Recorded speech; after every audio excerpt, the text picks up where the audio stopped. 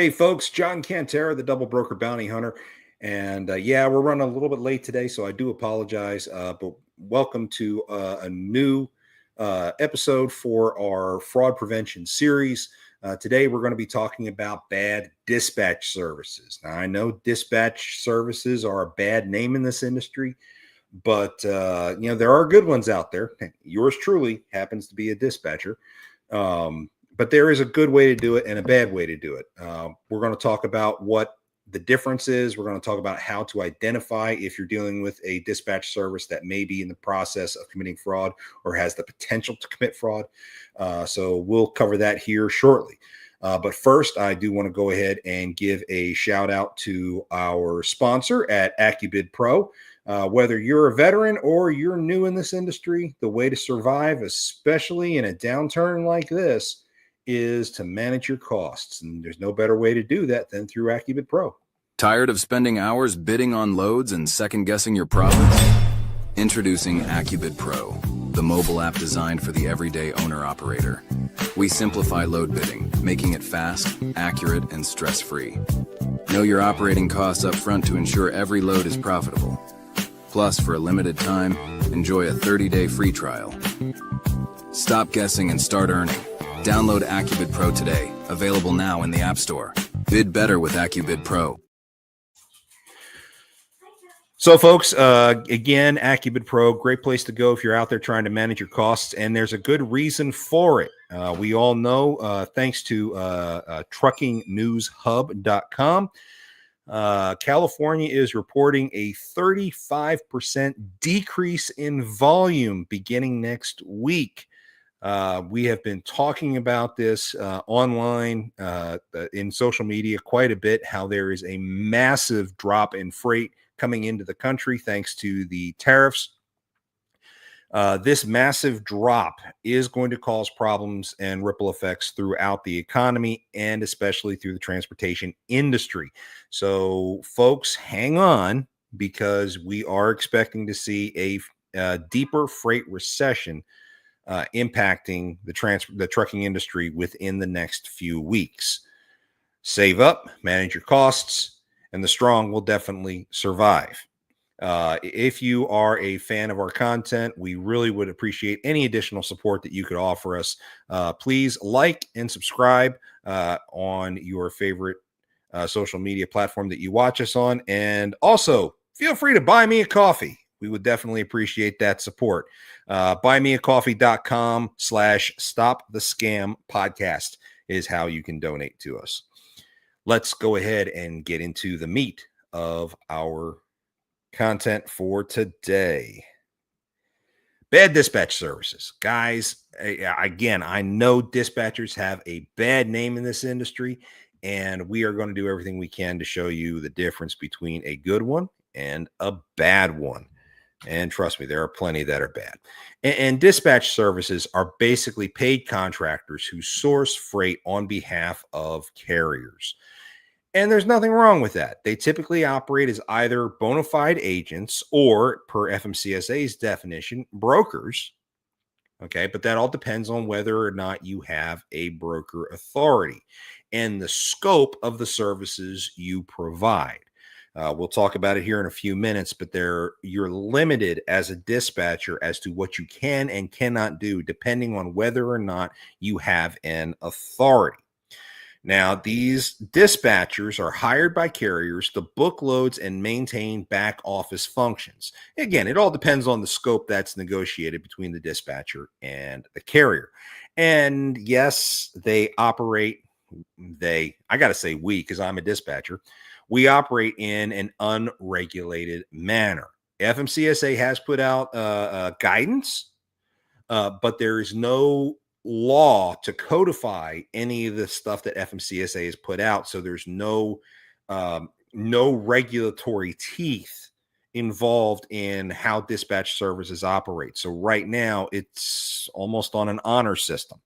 Take that for what it's worth. They serve as the public face of their employer.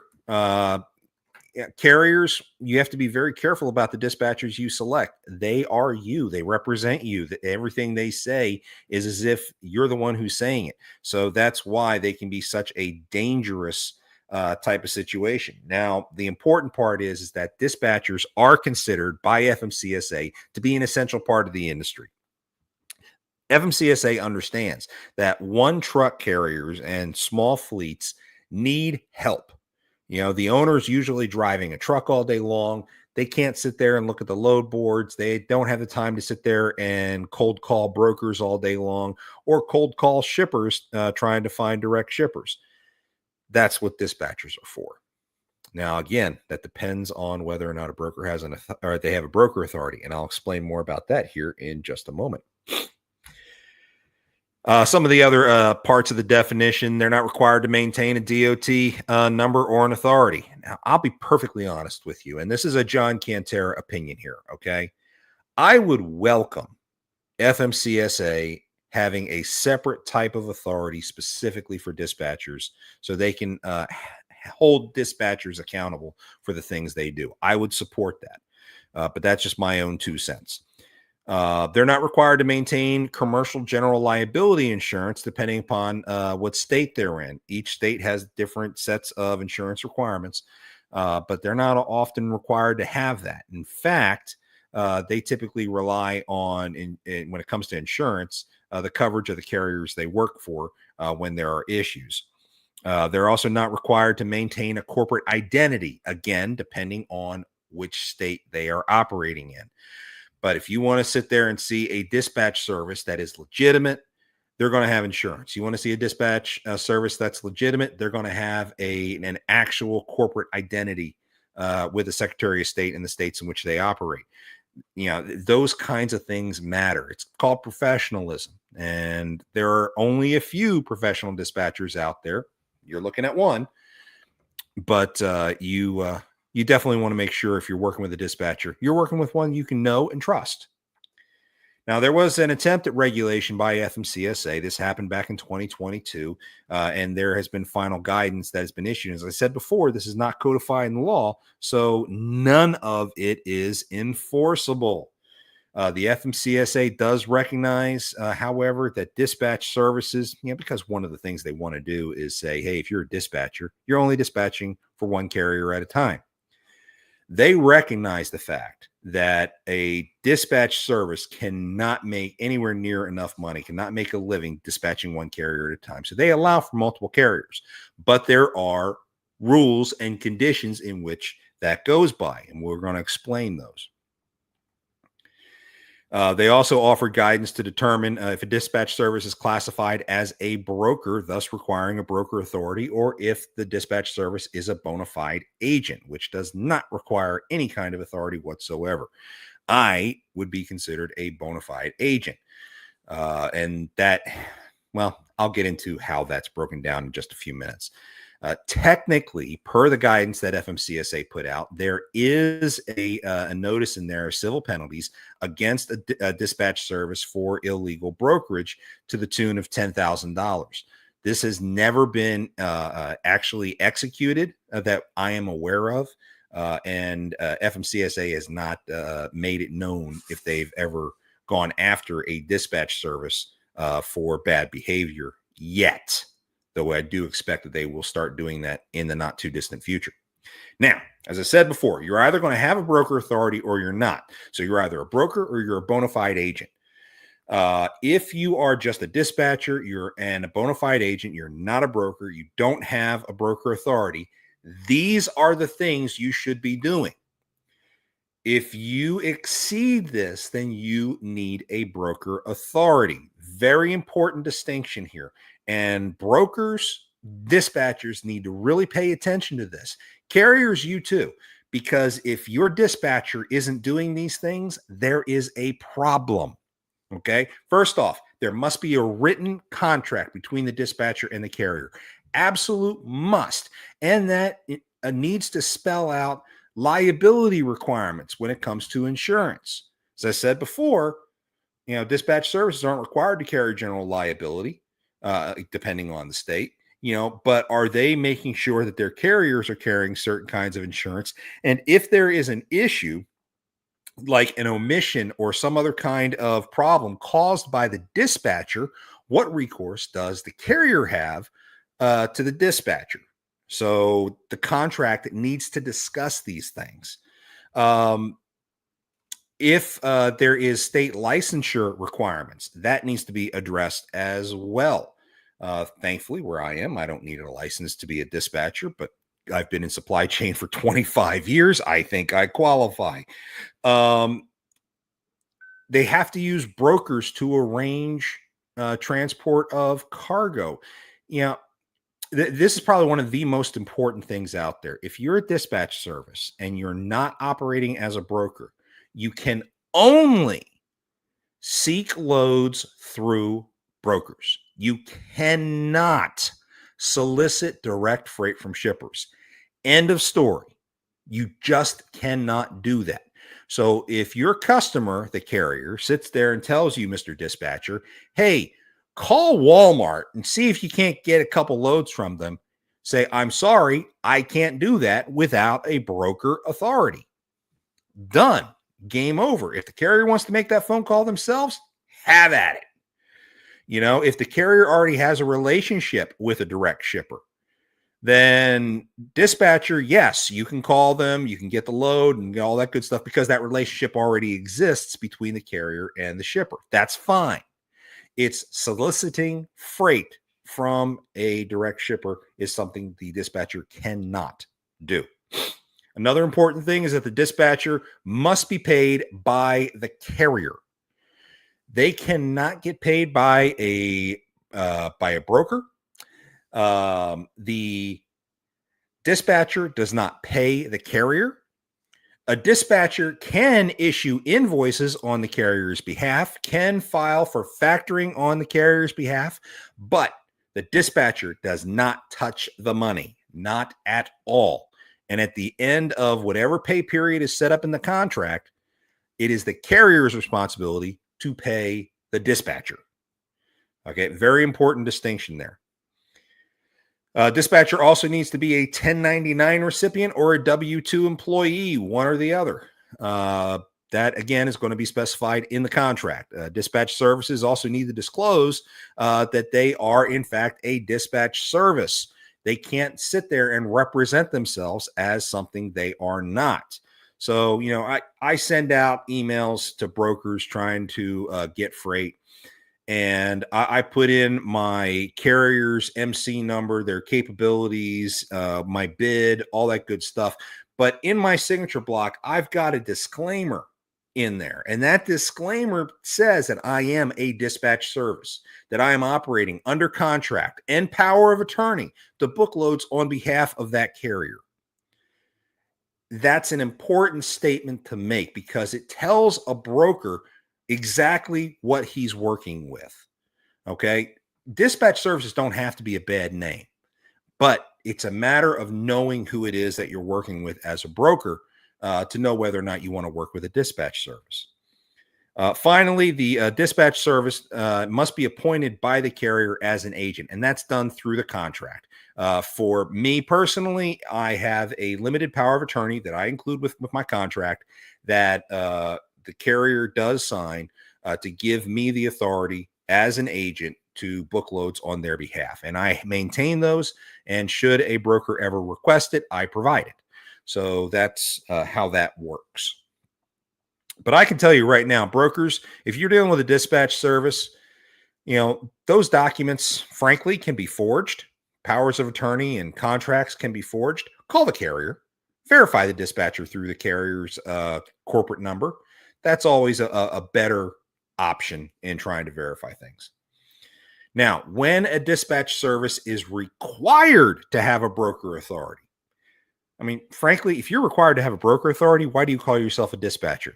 Be a freaking broker, okay? But this is what you are doing, and if you do this, you are required to have a broker authority. If you negotiate directly with shippers for freight, you need that broker authority.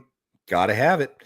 If you accept payment from factoring or a broker, or you're involved in handling the money, you have to have a broker authority.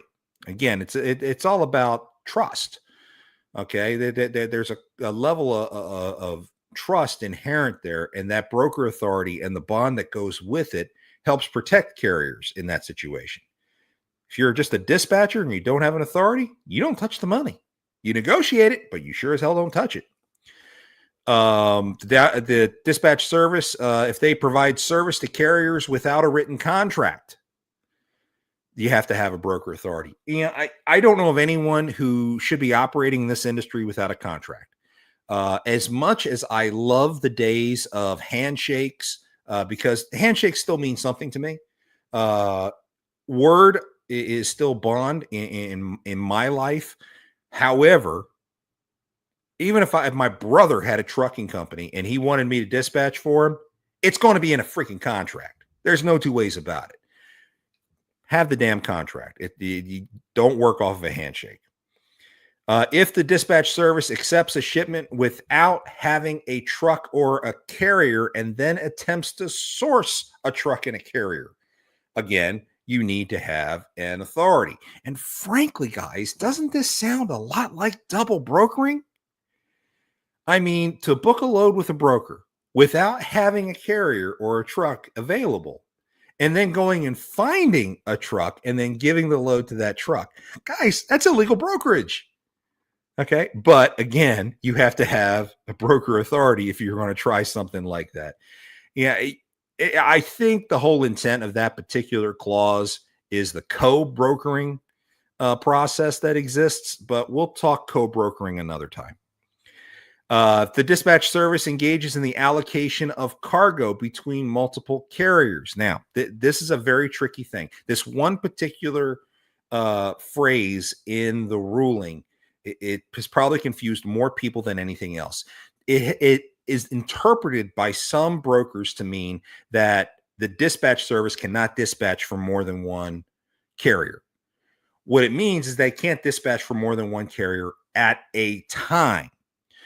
There's a lot of clarification that's been issued that indicates that if you have the same type of equipment for two different carriers in the same area and both of them are eligible for the same load, then you might be in a position where you're, quote, allocating cargo. And to allocate cargo, you require a broker authority. Now, one of the discussions I've had with FMCSA is that if you have a process in place, so such an event ever does happen, if it's got to be exceptionally rare, but if it does happen, you've got a process for dealing with it so that you're not allocating cargo, then you're good. And I'll give you an example. Okay. 2 box trucks with lift gates, 26 foot, 94-inch door clearance on one, 96-inch door clearance on the other. If both of them are sitting in Chicago and one load, it requires 95-inch door clearance, no problems, because only one of those carriers is eligible for the load to begin with. Now, if it's 94-inch door clearance, you need to have a system in place that delineates between the two long before it ever happens. What I do is if I have multiple carriers moving into the same market or passing through the same market, whichever carrier is empty and available first in that market is the one that gets booked. I don't even look for the other one until that first one is covered. So that way it avoids any impropriety. And this is built into my contract, guys. So my carriers know if any of my carriers ever wind up in the same location, whoever's in there first is the first one that gets a load. End of story. Okay, this allows for me, and again, we've had this discussion with FMCSA. This allows me to get away from the allocation of cargo implication because the process is already in place. If a dispatch service is named as a party to a shipping contract, yeah, you've got to have an authority. You know, again, a dispatcher is an agent for a carrier. There's no reason for a dispatcher's information to show up on a BOL. It should always be the carrier's information. And if a dispatch service is soliciting open market carriers to move cargo up towards that top bullet there, again, we're looking at an implication of double brokering here. Yeah, you would need a broker authority to do that. You got to be careful with that, especially if you're on things like Facebook and WhatsApp. I've seen a lot of people claim that they're brokers there and they've got loads available and they need trucks. Guys, no legitimate broker is going out on the WhatsApp and Facebook to look for carriers. It does not happen. Okay. These are people who are operating illegitimately because they can't get a DAT account to put a load up on the load board. Stay away from those, please. For the love of God, stay away from them. Now, some of the frauds that are perpetrated by dispatch services, why they have a bad name. Illegal brokerage is by far the biggest one. And illegal brokerage, whether it is intentional or not, is the problem that most face. Any action by which a regulation requires a broker authority automatically puts that dispatch service in the category of illegal brokerage. So you have to be very careful about that. Using one carrier authority to book loads for other carriers is also a bad deal. That is also illegal brokerage. And you typically will see this in a dispatch service that either one has their own carrier authority that's well matured, has a good record, et cetera, and they dispatch for a bunch of other very young authorities that are having a hard time finding loads because they're less than 6 months old or whatever. That's when you run into this particular situation. And guys, I feel bad for the guys who have dispatch or for guys who have carrier authorities that are less than 6 months. You cannot let somebody just book a load for you on their authority and hand it to you unless you are leased on to that carrier. We'll talk more about owner operators and how that process works next week, but let's stick with the dispatch services so that we keep things in their lane for the time being. Okay, dispatchers, you can't use an older MC number that you dispatch for to book a load to give to a different carrier. That is illegal brokerage. Using one of your carriers to recover for another carrier. You can't do that unless you have proper permission from the broker. And let me explain a case where that can happen. I had a box truck that broke down in Alabama a couple of weeks ago. Drive shaft snapped. U-joint broke. Well, I happened to have another box truck who was deadheading home, passing through the area. So I could have just had the box trucks back up to each other, transfer the cargo, and kept on moving, and the broker wouldn't have known a damn thing. That is very wrong. It is very unethical. It is a huge problem. It is illegal brokerage. The proper way to handle that situation is to say, hey, Mr. Broker, my truck just broke down. Here are pictures of the breakdown. We're going to need a recovery. Now, Mr. Broker, I have a recovery option for you. There is another carrier I dispatch for who is in the area who can handle the load. Here is their MC number. Here is their carrier paperwork. Would you be willing to work with this carrier? Yes or no? And if the broker says no, drop it. But in most cases, a broker is going to be happy that you're trying to look out for them, and they will go ahead and run through the setup process. Now, let me explain why this is important. It's all about liability. Depending on whose name is on the BOL and whose name is on the rate confirmation determines whether or not insurance is going to cover the cargo should something happen. So, as long as this recovering carrier is on a valid rate confirmation, then the BOL can be transferred between the original carrier who broke down and the new carrier who's recovering the cargo. And coverage will be maintained throughout the transfer, but only if it's done right. So a new rate confirmation needs to be issued by the broker. Everything has to be done by the book, and the broker must know absolutely every aspect of it. As long as that's done, you're doing it the right way. If you ever try to hide any of that, now you're in the illegal brokerage part. And oh, by the way, you are setting your carrier up for massive failure because your carrier is the one who's going to get that freight guard, not you as a dispatch service. And yes, as I said before, dispatch services can be held liable for a $10,000 fine per occurrence for doing any of these things. However, there is no statutory requirement in the law, so there's very little enforcement teeth that exist for that. One of the other frauds that we see with dispatch services are dispatch services who are scorned. You know, like any other relationship, there are bad breakups. And in a bad breakup, a dispatch service happens to have a great deal of sensitive information with regard to the carrier. And we have seen in some instances, both foreign and domestic, where carriers' information gets out and dispatchers are double brokering freight in the carrier's name because they're pissed off at the carrier for firing them. Yes, I have seen this. I have seen this more times than I can count. And there are a ton of freight guards sitting out there on carrier 411 as a result of this.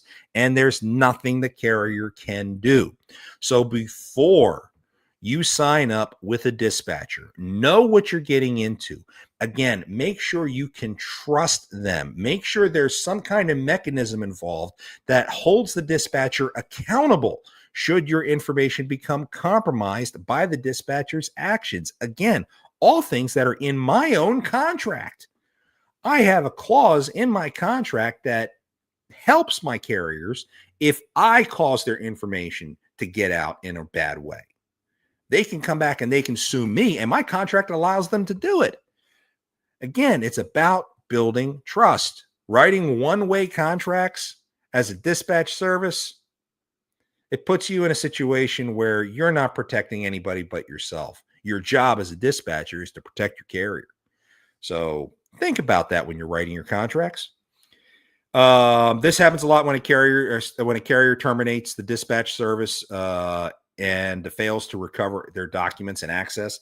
And with everything being electronic nowadays, you know, you're going to want some kind of confidence that the dispatcher destroyed your documents. You know, BOLs and all that stuff, there's a documentation requirement to maintain those documents for at least a year. And those disposal regulations, though, are only accountable to the carrier. So any documents that the dispatcher has can be destroyed, and insist carriers on the dispatchers destroying those documents. A dispatch service can use a company's documents to fraudulently book loads after the service termination very easily. You have to make sure that they shred your information. If they don't, you're left open. Having a clean break from a dispatch service is always best. It's better to have a dispatcher that you're going to have for the long term. Make a business relationship, partnership. Face-to-face contacts is always best so that you can develop that trust.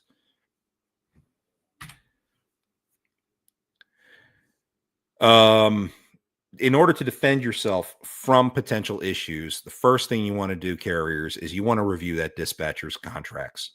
You want to make sure that contract is written, one, in such a way that it's not entirely one-sided, and two, that it addresses all the things that are required by the FMCSA ruling regarding dispatch services. Is insurance and liability discussed in the contract? Is payment terms discussed in the contract? The scope of services provided. Some dispatchers, all they do is they book loads. You know, myself, I do all back office functions. So I'll factor loads, I'll invoice the loads on the carrier's behalf. I maintain records, send out PODs. I do all that stuff. You know, I don't just find the load. I go from start to finish, but that's just me. Is there a limited power of attorney or a letter of appointment that allows the dispatch service to sign broker contracts and rate confirmations on behalf of the carrier? That's a very important thing there. You need to make sure that the dispatcher has the necessary authorities, and does their contract put them in a position where they have a formal appointment to book loads on your behalf. Now, there's a lot of controversy among dispatchers on this next topic. having a authority of any kind. I think personally, having any kind of authority for a dispatch service has a potential to cause problems down the road, has a potential to result in illegal brokerage. So if they have a carrier authority and the person they're dispatching is not leased onto that authority, the temptation may exist for the dispatcher to use their own authority to book a load and then hand it off to the person they dispatch for. And that is illegal brokerage, especially since we're talking about different DOT numbers here. So seriously, stop and look at that. I know of a lot of dispatchers that have their own carrier authority, and a lot of them do it responsibly. But every now and again, you can't be in a position where, hey, I'm going to do you a favor. You're 1 month away from meeting this broker's requirements. I'm going to book the load on my authority. I'm just going to give it to you and I'll pay you when it's over. You can't do that. That's illegal brokerage, guys. What I prefer is having no authority. Having no authorities doesn't it alleviates that temptation. Okay, having no authority, you could book loads with the brokers, but again, no shipper solicitation, and this is all making sure that you have your stuff built into the contract. Does the broker authority, if you have one, give the dispatch service wide latitude, but can appear to be engaged in illegal brokerage? Again, it's about appearance. This is why I don't think dispatch services should have any kind of authority whatsoever. The appearance of potential in illegal brokerage can be high. Take that for what it's worth. I don't have an authority of any kind. And as a result of that, I have to follow the very strict rules that FMCSA has put out, or I could be guilty of illegal brokerage. And by extension, the carriers I dispatch for could be guilty of illegal brokerage because I am their face. I represent them. And I take that responsibility exceptionally seriously. Besides, you don't get known as the double broker bounty hunter by being a fraudster yourself. Okay? I mean, take that for what it's worth. Some other defenses from dispatch fraud: make sure that you verify the dispatch service with the carrier, especially you brokers. My God. Yes, there are a lot of bad dispatch services out there. There are a lot of foreign dispatch services, but there are just as many bad domestic dispatch services. And they may be trying to book loads improperly. And the only way to know whether or not the guy that's on the other end of the phone has the legal authority to book loads on the carrier's behalf is to call the carrier and verify. Is it annoying as hell for my carriers that they get a call on almost every load that I book? Yes. But they know of every load that's coming around, and they're grateful to work with brokers who are verifying the dispatcher. It's important to do that. I am asked from time to time to present a letter of appointment or the power of attorney to the broker. But again, that can be forged. So that's why calling a carrier is really a better play in that type of environment. A broker, something else you can do is, does the dispatch service represent themselves as a dispatch service? Do they openly tell you they're a dispatch service? You sit there and I'm on the phone with you trying to book a load. Okay, what's your name? I'm John. I'm the dispatcher. Up front, my initial email in my signature block, I have a disclaimer, as I mentioned before. I'm a dispatcher. I make sure that is out there from the very get-go, because you don't want to misrepresent your carrier or yourself as a professional. Does the dispatch service coordinate recovery issues with a broker before trying to recommend any other solutions? When you're a dispatcher, you're all about solving problems. And when you have a carrier that breaks down, yes, the first thing you do is you notify the broker that you have an issue. If you can offer a solution, great, offer the solution, but it has to be done by the book. If you can't offer the solution, you still are on the hook because you represent that carrier company. Until that cargo is off the truck and the BOL has been transferred, you are still on the hook. You still have to maintain that coordination. You still need to make sure that the flow of communication is going well. If you got a dispatch service doing those kinds of things, Mr. Broker, you probably are dealing with an honest person. Just saying. Some other defensive things that brokers can check. Does the dispatch service sign agreements as the carrier using the carrier contract information? You know, there are two different schools of thought with regard to this. Myself, I sign using my carrier owner's name. Everything I sign is signed through my carrier owner's name. My power of attorney allows me to do that. There are other dispatchers out there who will sign their own name on behalf of the carrier, and that is okay too. It all depends on how the contracts are set up. Me personally, I'd rather put the carrier's name. So if I get terminated for some reason, everything's still with that carrier. I keep myself out of it. I don't get involved in stuff dealing with that carrier after I'm no longer associated with them. To me, it's just cleaner, but there is no legal stipulation one way or the other as to how to handle that. Take that for what it's worth. Does the dispatch service have its own authority? If you're a broker and you're dealing with a dispatcher who has his own carrier authority or has their own broker authority, I would check the screening services on that MC number as well as the carrier's MC number. You want to make sure you're not dealing with somebody who has a history or a bad reputation of their own. And assuming that the carrier 411 and all are clear on the dispatcher's own authority, feel free to check Google. I mean, if you looked me up on Google right now, you'd see a whole mixed bag of reviews. Bad guys hate me, and they love to slaughter me in reviews. Good guys love me because I've helped them and I've saved their butts. Hey, you know what? It comes with the territory. What I get scared about when I'm looking at reviews, whether it's for a carrier, a broker, a dispatcher, whatever, is all perfect reviews. That's when I get nervous. This is a huge bone of contention right now, especially with the recent executive orders signed by President Trump dealing with language proficiency. Foreign versus domestic dispatch services. There are definitely good foreign dispatchers out there. I have worked with a couple. There are a couple that I would trust my clients to if I were on vacation or I needed help or whatever. There are a couple that I would trust. They are few and far between. I will, however, concede that. But the foreign dispatch services do have the ability to do this work legally. There is no regulation that prevents them from operating in the U.S. transportation industry. So whether or not we like it, we're stuck with them. Doesn't mean you have to do business with them, but they are in the game. Foreign dispatch services are subject to the same regulations as domestic dispatch services.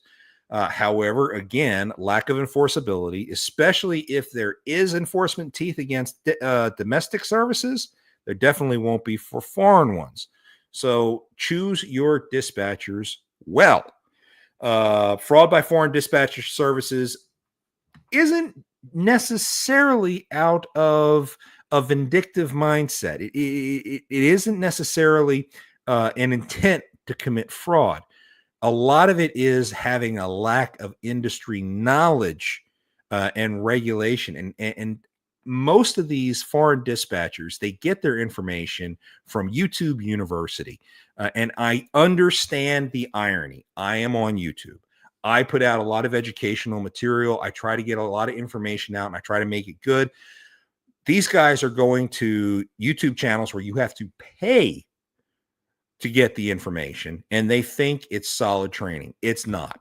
Okay. You may have a good training program on YouTube and whatnot. And you may be watching saying, hey, mine's fine. Okay. Yours may be fine. There are a lot of bad ones out there. Okay. But the foreign dispatchers are typically learning off of YouTube. They're not in a truck in the United States, learning how to drive, understanding what it is that a driver goes through. Sorry. But at the end of the day, carriers, if you hire a foreign dispatch service or a domestic dispatch service, You, Mr. Carrier, are accountable for the actions of your dispatcher. If your dispatcher really screws the pooch, the carrier is the one who's going to pay that price. If you are a dispatcher, your number one responsibility is to keep your carrier out of trouble. Don't do things that'll put them in trouble. And if they are recommending you do things that might put them in trouble, you should be advising them that they shouldn't do it. For example, we book a load, and an hour later, my carrier comes to me and says, hey, we need to cancel it. I really don't want to do that load. My first thing to him is, we've already accepted that load. You can't just cancel because you want to. You know, if you didn't want to take the load, you should have said something when we were going through the booking process. So, no, I recommend you take it because they can give you a freight guard for canceling on it. Well, my carriers know I know what the heck I'm talking about. So when I advise them of something like that, they pay attention. You know, if I'm going to cancel a load that I've booked, there better be a damn good reason for it. And there's going to be evidence that comes with it when I go to contact the broker. That's just all there is to it. All right. Warning signs you may be dealing with a fraudulent dispatch service. Guys, these are signs. It's not a proof that you're dealing with a bad dispatcher, but it's definitely signs and things that should make you say, Lack of understanding of the transportation industry and terminology. If your dispatcher does not understand transportation jargon, there could be a problem. If they lack geographical knowledge, that is also a problem. How do you have a dispatcher doing your routing for you when they don't know that it takes longer than 3 hours to get between Boston and Chicago? That's a real case, by the way. I had a double broker who thought that it only took 4 hours to get from Boston to Chicago and expected me to deliver that afternoon. And I just basically laughed at him. I knew it was double brokered, but that was back in the days when they were skimming off the top. It doesn't quite work that way these days. But that's another story for another time. If the dispatch service fails to present an unaltered rate confirmation to the carriers and drivers, if they're authorized to give that to the driver by the carrier, if they fail to present an unaltered rate confirmation, that is a massive, massive, massive red flag. I got to admit, I dispatch 7 trucks at a time. Do I forget to send a rate confirmation to my carrier from time to time? Yep, it happens. Happens usually once or twice a week. And my carrier will reach out to me and say, hey, can you go ahead and send us that rate confirmation? Oh, sorry. Go ahead and I send it. If there's anything that looks funny with that rate confirmation, carriers, you better be asking questions because something fishy could be going on. Again, a dispatcher is not supposed to handle money. So if you let your dispatcher handle the money, who says they're not skimming off the top? Just saying. If the dispatch service presents outdated company documents for setup, then there could be a problem. And I'm not talking about a W-9 that is dated 2024, and here we are in 2025. Come on, that you want an updated one, no problem. A dispatcher can get that taken care of. What I'm talking about is an out-of-date COI.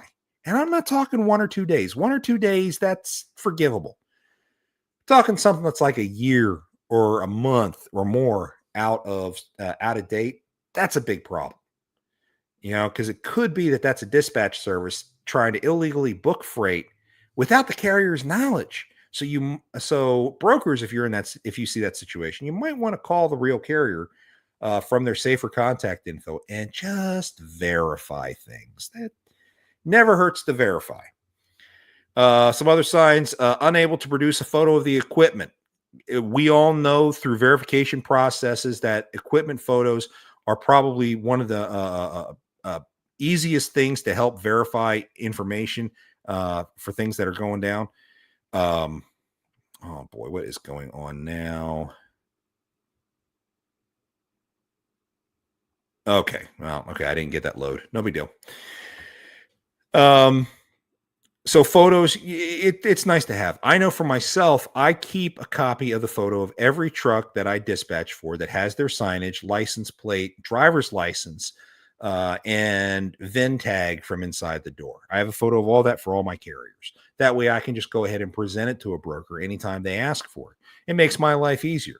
Sometimes a broker may want a photo with a timestamp on it for that day. Okay, fine. Reach out to your driver, get the photo, send it in. But if you're unable to produce those photos, the dispatch service might be fraudulent.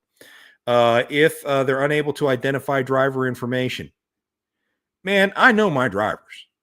Now, I may not know their phone numbers, but that's only because I tell my phone to call my driver. Hey, Siri, call driver X. And they call the driver. So I don't have their phone numbers memorized. I got to look it up on my spreadsheet.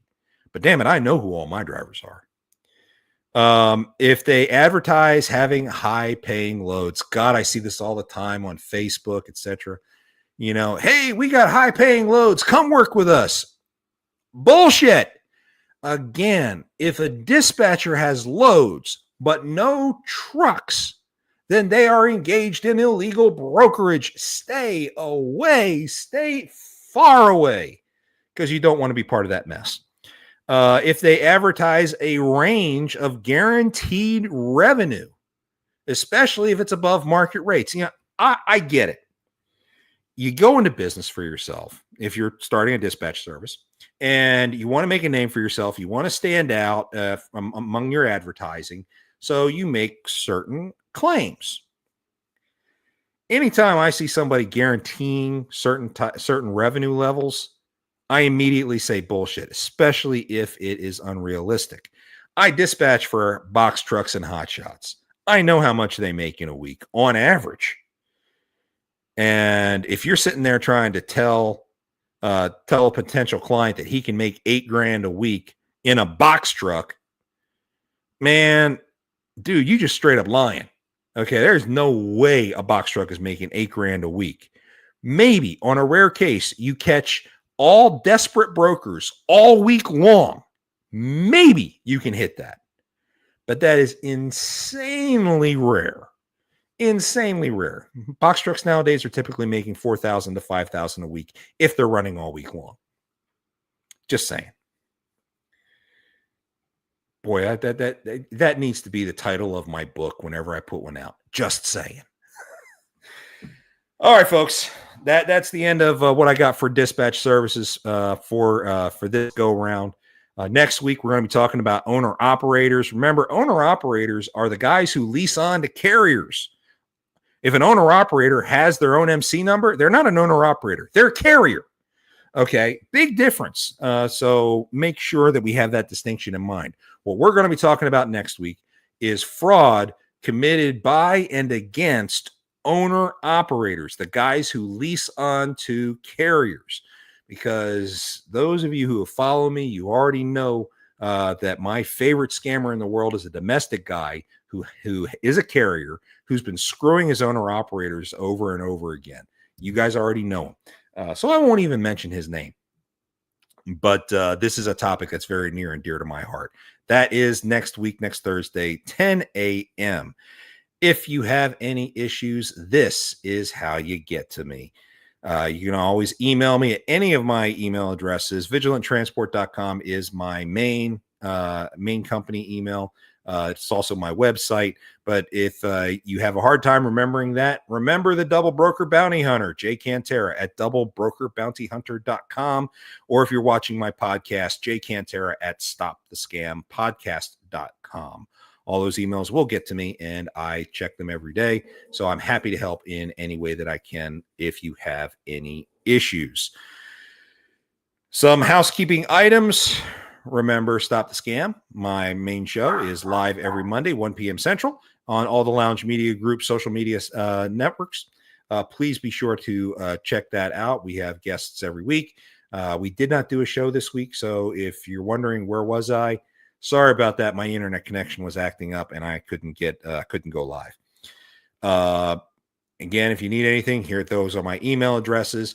I also urge you to check out the Freight Fraud Task Force, hashtag Freight Fraud Task Force on LinkedIn. for the latest information on what the task force is up to and what we're trying to do within the industry to try to help things out. Great group of people. I'm proud to be the vice president of the task force, and I'm very much looking forward to the work that we have planned. Guys, there's a lot of stuff going on out there. Take care of yourselves, protect yourselves, safeguard your finances from potential downturns like we may be experiencing in this industry in coming weeks. But whatever you do, no matter what, don't let scammers take you for a ride. We'll catch you guys on Monday.